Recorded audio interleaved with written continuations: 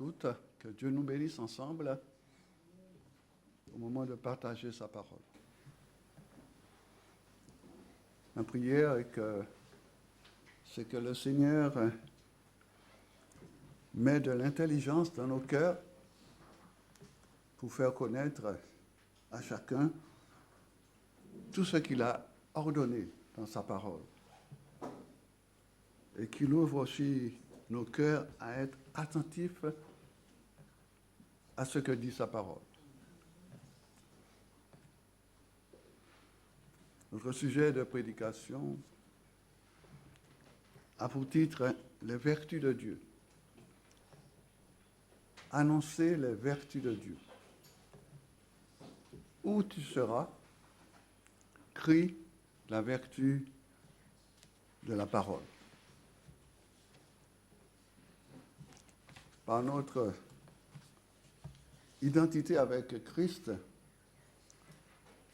nous devrions connaître ce que nous sommes, tout simplement pour déterminer ce que nous pouvons être et pouvons faire pour la gloire de Dieu. Nous sommes le peuple de Dieu, c'est-à-dire être saint, mis à part, consacré à Dieu. Cela toute notre vie. Nous éloignant de l'iniquité, nous consacrant totalement à son service. Et ce service est résumé en 1 Pierre 2, verset 9. C'est le service d'annoncer les vertus de celui qui nous a appelés des ténèbres à son admirable lumière. Peuple de Dieu, mis à part pour annoncer les vertus de Dieu. Donc sa fidélité, sa force et sa vérité, sa force de caractère, si l'on peut dire. Le terme est traduit par annoncer, inclut aussi la notion d'aller. Souvent les prédicateurs en parlent.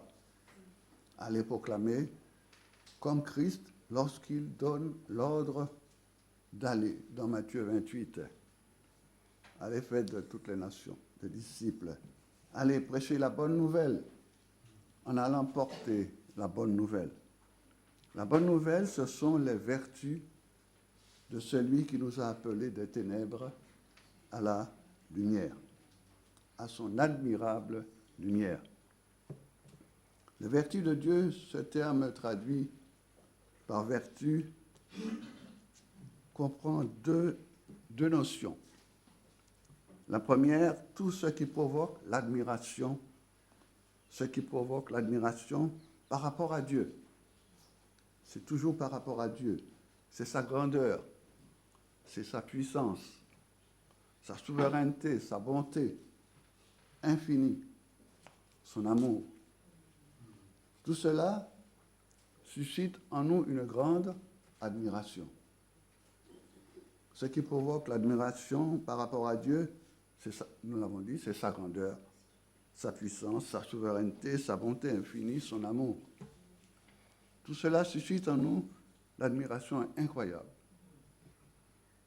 La deuxième notion implique l'excellence morale, c'est-à-dire lorsque nous considérons Dieu, nous pouvons dire sans complexe, notre Dieu est totalement saint. On n'a rien à lui reprocher. Il est pur. Le Seigneur Jésus disait cela dans Jean 14, 30. Le prince du monde vient, mais il n'a rien en moi. Oui, Dieu est pur, il est saint. Satan vient, mais il n'a rien en moi, dit Jésus. Jésus dira à ses détracteurs, qui de vous me convaincra de péché? Personne, parce qu'il est Dieu. et qu'il a des vertus pour toute l'éternité. Il n'est pas corruptible comme les hommes. En lui, il n'y a ni changement, ni ombre de variation. Dieu, au-delà de ce que nous pouvons imaginer, il a les vertus. Alors considérons-les dans deux domaines. Sur le plan admirable. D'abord, Dieu est admirable. Il est admirable dans deux domaines. Dans la création et aussi dans la nouvelle création. Dans la création, premièrement, et ensuite dans la nouvelle création. Commençons par dans la création. Quand nous considérons l'univers devant lequel notre intelligence est vraiment limitée, n'est-ce pas? Nous commençons à percevoir quoi? La grandeur de Dieu. Ce qu'il est réellement.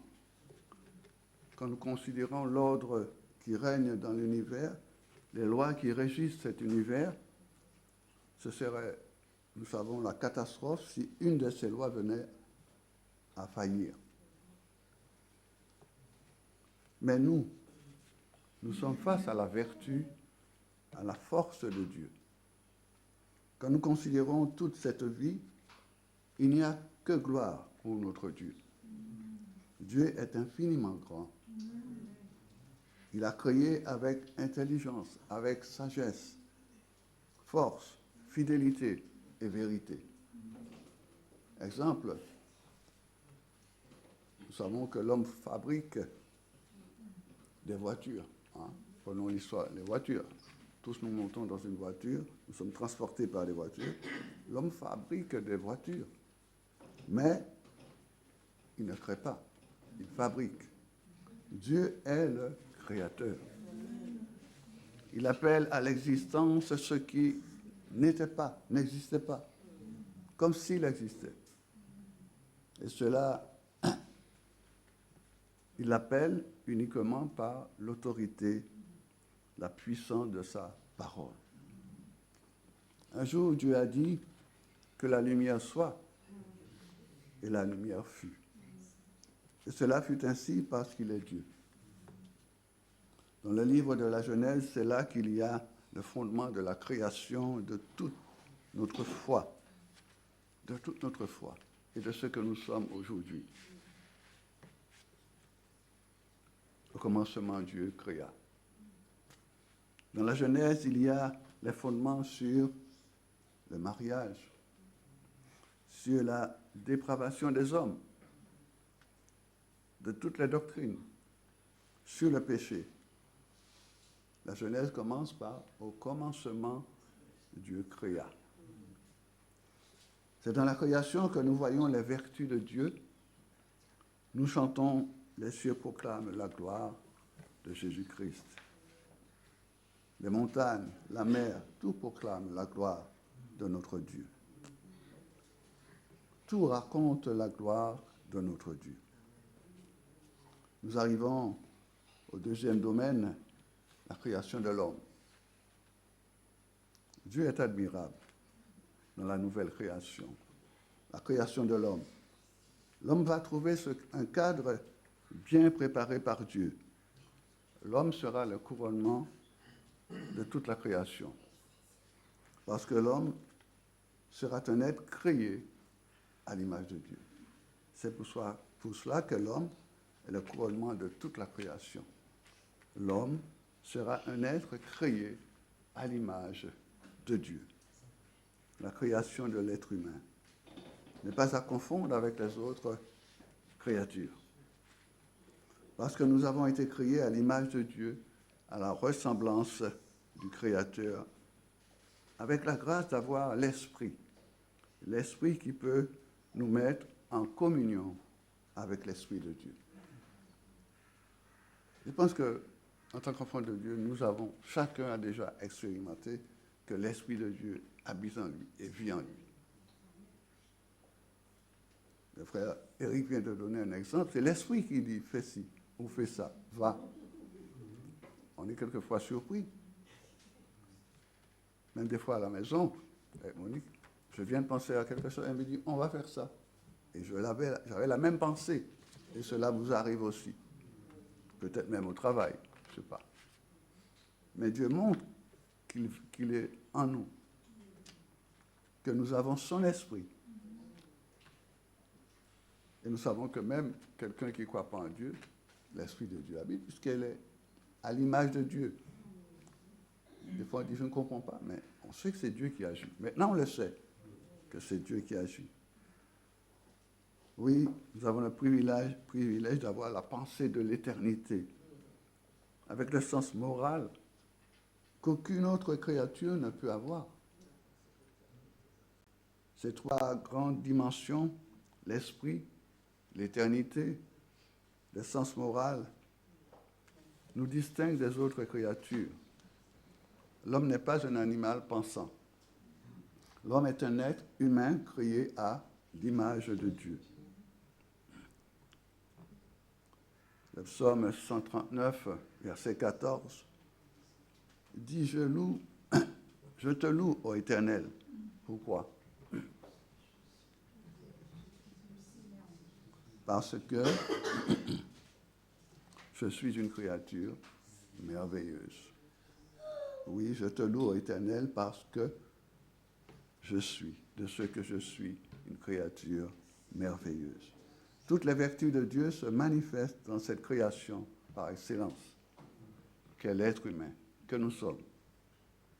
La parole par laquelle Dieu a créé n'est pas seulement celle qui a été prononcée, que la lumière soit et la lumière fut. La parole par laquelle Dieu a créé n'est pas seulement la lumière soit, c'est tout simplement c'est Jésus. La parole, c'est Jésus. Jésus, la parole de Dieu par excellence. Connaissons le chapitre de Jean 1, reprend la Genèse, qui dit « Au commencement, Dieu créa ». Au commencement était la parole, et la parole était auprès de Dieu, avec Dieu. Et la parole était Dieu. Tout a été créé par la parole. Tout a été créé, fait par la parole, par elle. Et rien de ce qui existe n'a été créé sans la parole, n'a été fait sans la parole. C'est cette parole qui a été faite chair, c'est-à-dire Dieu est venu s'incarner au milieu de nous en Jésus-Christ. Tout a été créé par Jésus-Christ, la parole de Dieu, parole vivante, parole faite chair. Il est Dieu lui-même, il est le Créateur. Dans Colossiens 1, versets 15 à 17, il est dit « Le Christ Jésus est l'image du Dieu invisible. » Le Christ Jésus est l'image du Dieu invisible. Il est le chef de toute la création. En lui, tout a été créé, dans les cieux, sous la terre. Tout ce qui est visible et invisible, trône, principauté, souveraineté, pouvoir, tout a été créé par lui, pour lui. Il est avant toute chose et toute chose subsiste en lui. La parole vivante, la parole faite chair, la parole qui crée, la parole qui a les vertus de transformer les choses, c'est Jésus-Christ. L'homme est tombé dans la désobéissance en écoutant une créature au lieu du Créateur. Romains 1, verset 20 nous dit que tout ce qui est comme vertu de Dieu se voit comme à l'œil nu. C'est pour cela que les hommes sont inexcusables devant Dieu. Au lieu d'adorer Dieu, ils prennent du bois, des pierres, ils taillent, ils fabriquent et ils adorent comme si c'était vraiment Dieu. pas de relation entre nous qui sommes le temple de Dieu et les idoles. L'homme est tombé dans le mal. Pas l'homme seulement. Son intelligence, son raisonnement sont corrompus, ses yeux spirituels sont aveuglés. Il ne peut voir le royaume de Dieu.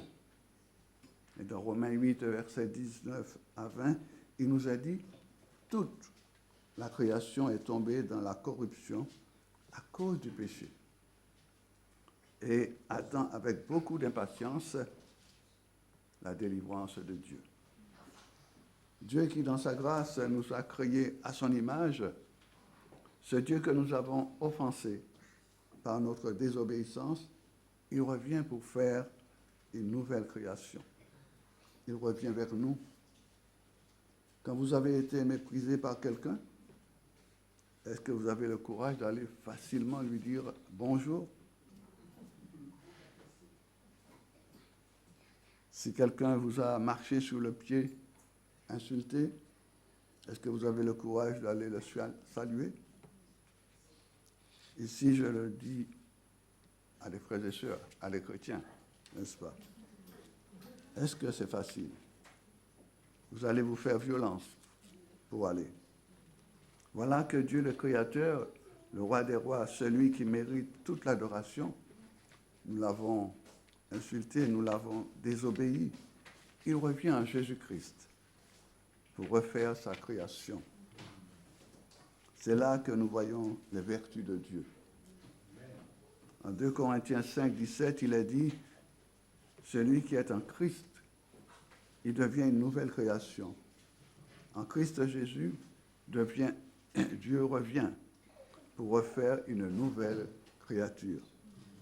Car le péché n'a rien épargné. Notre Dieu est vraiment admirable. Il est revenu. Quand Dieu efface le péché, il est admirable. C'est par Jésus-Christ que nous avons été créés de nouveau. Voici le projet de Dieu en Jésus-Christ. Selon Romains 8, 29, tous ceux qui ont connu d'avance, il les a prédestinés à être semblables à son Fils. L'ennemi de nos âmes n'a pas détruit définitivement. Le projet de Dieu, même si à la première création nous étions créés à la ressemblance de Dieu et que le péché est venu, Dieu est revenu en Jésus-Christ. Dieu nous a recréés en Jésus-Christ pour être semblables à Dieu. Parce que Christ, c'est lui, l'image du Dieu invisible. C'est par la parole que nous avons reçu cette nouvelle création, de la même manière qu'à la première création, la puissance de la parole s'est manifestée dans l'ordre de Dieu, par l'ordre de Dieu. Cette nouvelle création en Jésus-Christ, nous pouvons l'appeler tout simplement le salut. C'est le salut. Mais le salut a différents noms qui montrent toujours les vertus de Dieu. Le salut peut être appelé la régénération, c'est-à-dire la nouvelle naissance. Nous naissons de nouveau, et pour naître de nouveau, il faut les vertus de la puissance de Dieu. À tous ceux qui ont reçu la parole de Dieu, à tous ceux qui ont cru en son nom, il a donné le pouvoir de devenir enfants de Dieu. C'est la parole de Dieu au centre. C'est Jésus-Christ qui est au centre de cette régénération, dans cette nouvelle naissance. Ce salut peut être appelé la rédemption, c'est-à-dire le fait que Dieu intervient pour libérer l'homme, les hommes de l'esclavage du péché. Pour nous racheter, Jésus disait, celui qui commet le péché devient esclave du péché. Ça, c'est l'intervention puissante de Dieu pour libérer de l'esclavage du péché. Parce que Christ est là, avec la parole qui libère, alors le juste vivra par la foi. La foi est fondée sur la parole de Christ. Christ déclare que vous serez réellement. Saisissez la victoire du salut. Saisissez tout ce qui est lié à la victoire du Seigneur. Jésus, la régénération, la nouvelle naissance, la rédemption. Nous pouvons aussi appeler le salut, cette nouvelle création, la résurrection. La résurrection parce qu'à cause du péché, nous étions morts, nous dit la parole de Dieu. Mais Jésus dit ceci, l'heure est venue où les morts entendront la parole de Christ. Et ceux qui l'entendront vivront. L'heure est venue, en écoutant la parole du Christ, nous passons de la mort à la vie. Et c'est la vie pour l'éternité. L'apôtre Paul disait, moi, je veux connaître Christ, mais connaître la puissance de la résurrection, parce que c'est par la résurrection que nous sommes complètement transformés pour ressembler à Jésus-Christ. Ressuscités, nous ne devons plus nous comporter comme des morts. Ressuscités, nous ne devons plus nous comporter comme des morts. Nous devons nous comporter comme vivants pour Dieu, mais morts par rapport au péché. Vous êtes ressuscités avec Christ, vous êtes rachetés en Christ, vous êtes régénérés en Christ. Vivez donc comme des hommes et des femmes créés de nouveau. Ceux qui sont en Christ sont une nouvelle création. Tout cela pour annoncer les vertus de Dieu. Dieu a déployé sa puissance non seulement pour créer, mais pour recréer en Christ Jésus. Réjouissons-nous, bien-aimés, de ce privilège. Nous savons que nous sommes nés de nouveau. Nous savons que nous sommes nés en Christ Jésus comme de nouvelles créatures. Entrons maintenant dans une dimension de reconnaissance et d'adoration. Adoration orientée vers Jésus-Christ, que ce soit la création de l'univers ou de l'être humain, c'est Jésus-Christ qui est au centre.